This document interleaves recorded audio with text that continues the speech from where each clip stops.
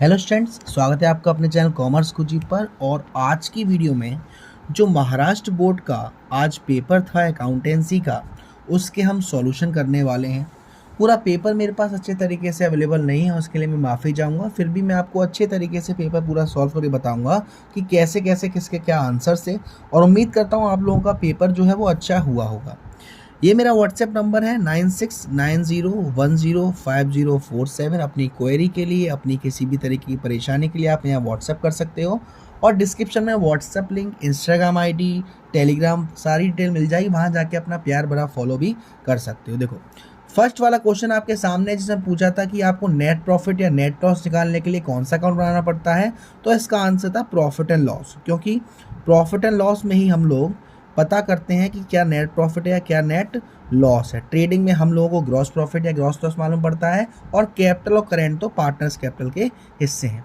Second पूछा था कि फाइनेंशियल स्टेटमेंट एनालाइज में जो क्रेडिटर्स होते हैं वो स्पेशली इंटरेस्टेड किसके लिए होते हैं, लिक्विडिटी के लिए होते हैं। क्योंकि क्रेडिटर्स हमारी एक करेंट लायबिलिटी होती है, और करेंट लायबिलिटी को हमें जल्दी से जल्दी पेमेंट करना पड़ता है।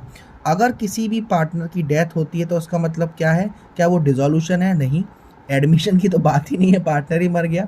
रिटायरमेंट है या वाइंडिंग अप है, तो इसका आंसर होगा रिटायरमेंट। उसके बाद नेक्स्ट फोर्थ वाले में आपसे ड्यू डेट पूछी थी 2 महीने की, 23 नवंबर। तो उसकी ड्यू डेट 2 महीने यानी कि नवंबर के बाद दिसंबर, देन जनवरी, और फिर 3 दिन का ग्रेस यानी कि 25 जनवरी। ठीक। उसके बाद फिफ्थ वाला में था कि decrease in the value of assets. अगर आपकी जो एसेट्स है उसकी वैल्यू में कमी आएगी तो रिवैल्यूएशन अकाउंट में या profit and loss adjustment account में उसे डेबिट करते हैं, यानी कि ए। तो ये 5 जो आपके एमसीक्यूज थे उनके ये आंसर थे। उम्मीद करता हूँ आप सभी के आंसर ये सभी सही होंगे।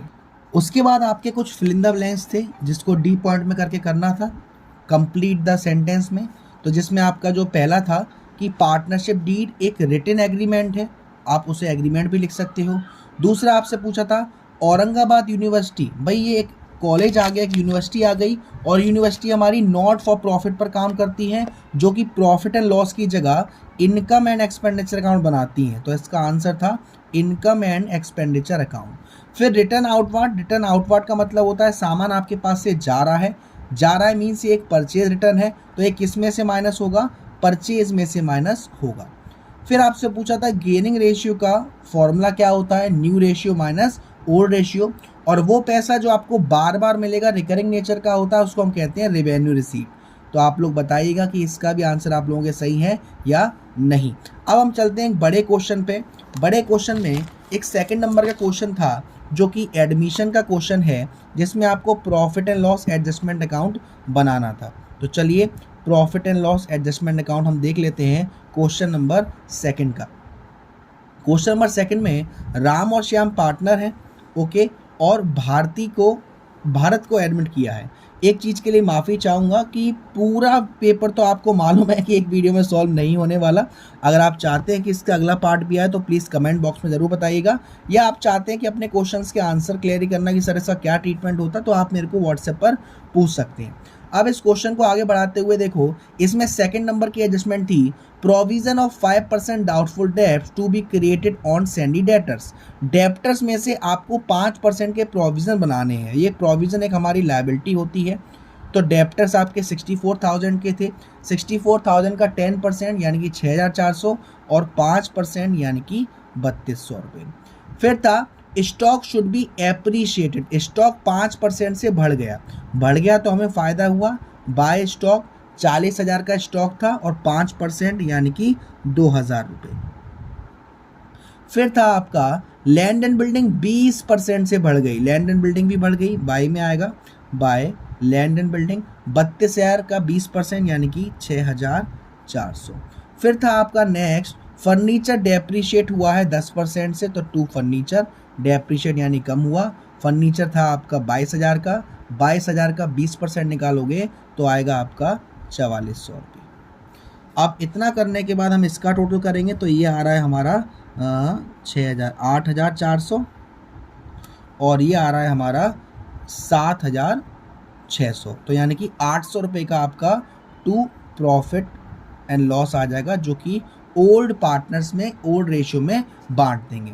फिर अगर मैं इसी क्वेश्चन की मैं बात करूं तो इस क्वेश्चन में आगे क्या होना था, पार्टनर्स कैपिटल अकाउंट बनना था। पार्टनर्स कैपिटल अकाउंट में हम क्या करते हैं कि सारी की सारी चीज़ पुराने पार्टनर्स में बांट देते हैं। आपने बनाया होगा तो पर्टिकुलर तीनों पार्टनर्स के नाम, फिर पर्टिकुलर तीनों पार्टनर्स के नाम। यहाँ पर क्या कर देंगे कि जो पुराने पार्टनर्स हैं उनकी कैपिटल डाल देंगे बाई साइड में। उसके बाद जनरल रिजर्व दे रखा था 16,000 का, 3:1 में बांट देंगे। Profit and loss adjustment account में 800 रुपये का जो प्रॉफिट आपने बांटा वो बांट देंगे। उसके बाद गुडविल लेके आया, गुडविल को सेक्रीफाइसिंग रेशियो में बांट देंगे और आपका पार्टनर्स कैपिटल बन जाएगा। रिवैल्यूएशन में जो जो चेंजेस हुए हैं उसके हिसाब से ही आप बैलेंस शीट बना लोगे। और मैं उम्मीद करता हूं कि मोस्टली बच्चों ने रिटायरमेंट वाला क्वेश्चन नहीं किया होगा, एडमिशन वाला ही चॉइस में लिया होगा, क्योंकि मेरे हिसाब से वो काफ़ी ज़्यादा ईजी आया है। ठीक है ना।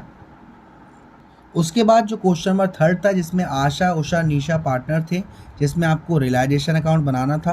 तो रियलाइजेशन अकाउंट का सिंपल फॉर्मेट होता है कि पहले आपको जो भी एसेट दे रखी है उसको डेबिट साइड में डाल दीजिए, फिर जो भी लायबिलिटी दे रखी है उसको क्रेडिट साइड में डाल दीजिए, फिर हम बाकी का ट्रीटमेंट करते हैं। तो यानी कि पर्टिकुलर अमाउंट, पर्टिकुलर अमाउंट। अब यहाँ पे आपको क्या क्या डालना है, यहाँ building, machinery, motor car, goodwill, investment, debtors और स्टॉक। अब लायबिलिटी की बात करें तो यहाँ क्रेडिटर्स, बिल्स पेबल। उसके बाद जो आपको एडजस्टमेंट दे रखी है, Asha agree to take over the building. तो आशा ने बिल्डिंग ले ली तो बाय आशास कैपिटल, बिल्डिंग का अमाउंट आपने यहाँ डाल दिया 1,23,600। उषा ने गुडविल, स्टॉक, डेप्टर्स ले लिया, जितनी वैल्यू थी उतनी पे, तो बाय उषा कैपिटल और तीनों का अमाउंट। और उषा क्रेडिटर और बिल्स पेबल का पेमेंट कर रहे हैं, तो टू उषा कैपिटल और बिल्स पेबल और क्रेडिटर्स का पेमेंट। मोटर कार और मशीनरी रिलाइज हुई थी तो उसका payment by bank motor car करके। इन्वेस्टमेंट निशा ने ले लिया तो बाय इन्वेस्टमेंट। और टू बैंक रिलायेशन एक्सपेंसेस 6,800। इतना टोटल करने के बाद आपका आंसर आ जाएगा। इसका पार्टनर्स कैपिटल अकाउंट काफ़ी इजी रहता है। जिस पार्टनर ने कोई एसेट्स लिया है उसको डेबिट साइड में, जिस पार्टनर ने किसी लायबिलिटी का पेमेंट किया उसको क्रेडिट साइड में। और आपका ये जो क्वेश्चन था, क्वेश्चन नंबर 3 कह सकते हैं, वो यहाँ पे आपका सॉल्व हो गया होगा। फिर अगर बात करी जाए क्वेश्चन नंबर 4 की, तो क्वेश्चन नंबर 4 था आपका जिसमें शेयर्स वाला क्वेश्चन था, जिसमें आपको देखो 2 लाख शेयर्स कंपनी ने निकाले थे, लेकिन पब्लिक ने मांग लिए 2,40,000 शेयर्स। यानी कि कितने शेयर्स एक्स्ट्रा मांग लिए सर, 40,000 शेयर्स एक्स्ट्रा मांग लिए। तो जो पहली वाली एंट्री आप लोगों ने करी होगी वो करी होगी bank account DR to equity share application. ठीक है ना। अमाउंट कितने, 2,40,000 इंटू 3 यानी कि 7,20,000। जो सेकंड वाली एंट्री थी उसी में दिक्कत आती है, लेकिन यहाँ पर कोई भी रिजेक्ट वाला ऑप्शन नहीं था, प्रो राटा ही किया है। प्रो राटा कितने शेयर का किया हुआ, 40,000 शेयर्स का। तो एंट्री क्या होगी, share application account DR, equity share application account DR to share capital और टू शेयर अलॉटमेंट। कैसे एंट्री करना है, यहाँ पे 7,20,000, 40,000 शेयर और अलॉटमेंट कितना था उससे मल्टीप्लाई करके यहाँ पर, और आपका प्रीमियम भी है उसके हिसाब से, बाकी आपका और कुछ नहीं था। 400 शेयर जिसने first call final call payment नहीं दिया तो फॉरफिट की एंट्री पास करके आपका इजीली ये हो गया होगा। बात करी जाए आपका जो 5th क्वेश्चन है, 5th क्वेश्चन भी आपका 5th क्वेश्चन है आपका नहीं एक सेकेंड रुकिएगा। 5th क्वेश्चन आपका डेथ ऑफ अ पार्टनर वाला क्वेश्चन है। तो उसमें आपको रिवैल्यूएशन अकाउंट आपने बना लिया होगा, जिसमें आपको पहला था all debtors were good. All debtor were good का मतलब है कि आपको लैंड एंड बिल्डिंग की वैल्यू दिख रही है, मोटर लॉरी की वैल्यू दिख रही है, फर्नीचर की वैल्यू दिख रही है। तो बस आपको इसमें ये देखना था कि एसेट्स आपकी कम हो रही है या बढ़ रही है। जैसे कि लैंड एंड बिल्डिंग की वैल्यू 80,000 थी और वहाँ हो गई 88,000, बढ़ गई। तो रिवैल्यूएशन में आपका कहाँ आएगा, क्रेडिट साइड आएगा। मैं यहाँ पे बना के भी दिखा दे रहा हूँ ताकि आपको दिक्कत ना हो। चलिए question number 5, profit and loss adjustment account आपका। हाँ जी, यहाँ आपने बाय लैंड एंड बिल्डिंग 8,000 रुपये से। उसके बाद मोटर लॉरी की वैल्यू थी 40,000, अब हो गई 36,000, यानी 4,000 कम हो गए। तो मोटर लॉरी 4,000 रुपये यहाँ पे आपने डाल दिए। फिर आपका फर्नीचर 34,000 हो गया, फर्नीचर था 36,000 तो ये भी कम हो गया 2,000 से। तो टू फर्नीचर 2,000 से।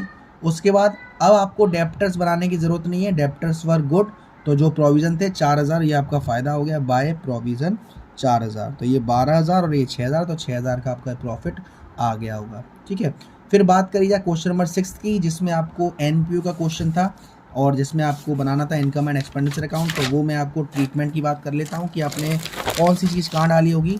अगर मैं बात करूँ 6 क्वेश्चन की एक्सपेंडिचर साइड की, तो एक्सपेंडिचर साइड में आपने सैलरी डाला होगा, प्रिंटिंग एंड स्टेशनरी डाला होगा, बुक्स नहीं आएगा, फर्नीचर नहीं आएगा, ड्रामा एक्सपेंसेस, और उसके बाद postage, telephone charges, electricity, magazine and newspaper. बस बात करी जाए रिसिप्ट की, तो interest, donation, tuition fees, admission fees, drama receipt, rent from use, legacy नहीं है। अब यहाँ पे क्वेश्चन में एडजस्टमेंट था, एडजस्टमेंट ये था, कहाँ गया कि हाँ आउटस्टैंडिंग सैलरी 35,000 है तो सैलरी में वो ऐड हो जाएगा।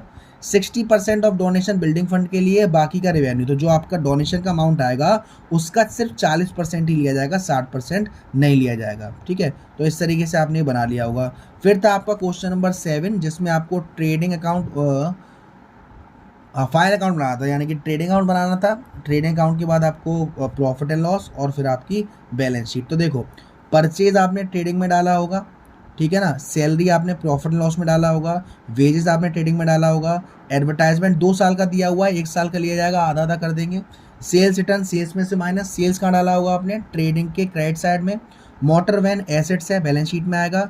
स्टॉक, ओपनिंग स्टॉक है 94,500, तो ट्रेडिंग में जाएगा, डेबिट साइड में। फिर अगर क्रेडिट की बात करिए, कैपिटल अकाउंट आपकी बैलेंस शीट में आएगा, बैंक ओवरड्राफ्ट लायबिलिटी में डाला होगा, सेल्स आपका ट्रेडिंग के क्रेडिट साइड में डाला होगा, आरडीडी आपका प्रोविजन में से माइनस हो जाएगा, डेप्टर में से। परचेज रिटर्न आपका परचेज में से माइनस हो जाएगा। सैनी डेटर्स आपकी एसेट्स है, बैलेंस शीट में आएगा। कोल, गैस एंड वाटर ट्रेडिंग के डेबिट में आएगा। प्लांट एंड मशीनरी आपका बैलेंस शीट में एसेट्स में आएगा। एडजस्टमेंट में क्लोजिंग स्टॉक आपकी 2 वैल्यू दे रखी है, 88,000, 90,000, तो 88,000 लेनी थी। आशा ने और निशा ने पैसा निकाला है, ड्राइंग्स दे रखी है। ये डेप्रीशिएशन लगाया है 5% और प्लांट एंड मशीन में 7%, तो ये दोनों प्रॉफिट लॉस के डेबिट साइड में निकाल के डालना था। आउटस्टैंडिंग वेजेस में 800 रुपये ऐड करने थे ट्रेडिंग अकाउंट में। तो ये आपका हमने शॉर्ट तरीके से, एक तरीके से पूरा पेपर हमने डिस्कस किया कि किसका आंसर क्या करना था आपको। आप लोगों से छोटी सी रिक्वेस्ट रहेगी कि अगर आपको वीडियो पसंद आई हो तो प्लीज़ वीडियो को ज़्यादा से ज़्यादा लाइक करिएगा।